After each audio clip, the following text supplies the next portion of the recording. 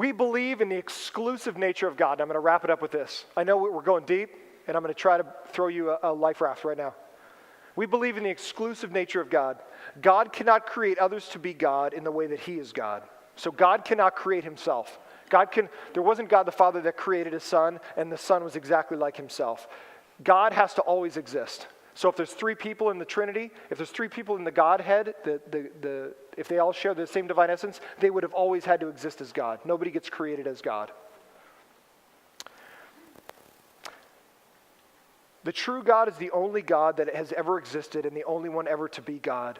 God is the only one worthy of worship and able to forgive sin. But watch this. In the Old Testament, another being does this as well. I don't have time to go through all these scriptures like Genesis 16, Genesis 31, Exodus 23:20, and Exodus 34, and Isaiah 42. Oh, wow. You know what? How much time do I have? There's one guy I like right here. See, I need to be at one of those churches where they go, preach on, brother. Anybody?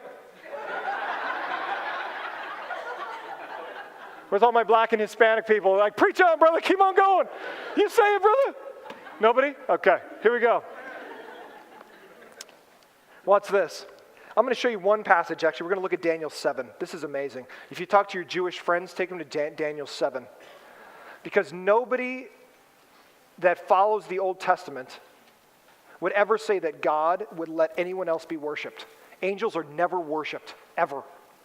When the angel talks to John and John falls down to worship him in the book of Revelation, the angel goes, get up, don't do that. Don't worship me, worship God. God would never, ever allow another person to be worshipped or an angel. And look what happens in Daniel 7. Daniel 7 has this, do we have that one? Okay. It's up on there if you don't have it, but I want you to turn in your own Bibles. Daniel 7, verses 13 and 14. This is Daniel's vision. He says, I saw in the visions of, in my night vision, and behold, with the clouds of heaven there came one like the Son of Man. What's one of Jesus' favorite titles for himself? The Son of Man. He calls himself the Son of Man over and over. Watch this. Daniel writes hundreds of years before Jesus was even born. He says, I saw this one like the Son of Man coming on the clouds of heaven. And that's the Jewish idea of power. In Revelation, it says God comes, Jesus comes on the clouds of heaven. It says like riding on a war horse in the clouds of heaven, and the angels are coming with him like to go to war.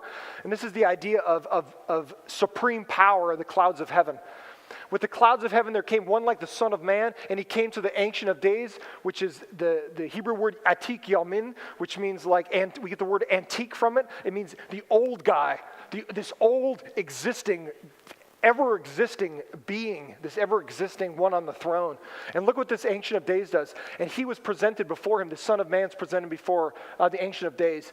And to him was given dominion and glory and a kingdom that all the people, all the nations, and all the languages should serve him. His dominion is an everlasting dominion which shall not pass away, and his kingdom is one that shall not be destroyed. Amen. God gives this picture of the Old Testament. God gives this one like the Son of Man. It's cryptic to Daniel, but he goes, I saw in my vision, the Ancient of Days, like this God was giving this man, this one like, kind of like the Son of Man, that everyone in the world should worship him.